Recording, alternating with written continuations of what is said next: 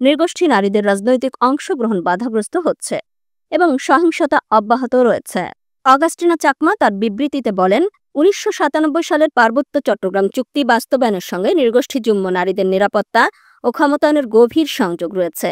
কিন্তু সিএসটি চুক্তি সঠিকভাবে বাস্তবায়ন করতে ব্যর্থ হয় নৃগোষ্ঠী যুম্ম নারীদের নিরাপত্তা ও ক্ষমতায়ন এখনও অর্জন করা হয়নি। তিনি আরও বলেন, ২০২৪ সালে মুসলিম বসতি স্থাপনকারীদের দ্বারা ১২টি যুম্ম নারী ও মেয়েদের প্রতি যৌন নির্যাতনের ঘটনা ঘটেছে এবং এসব ঘটনায় ১৬ জন যুম্ম নারী ও মেয়ে প্রতিহিংসার শিকার হয়েছে।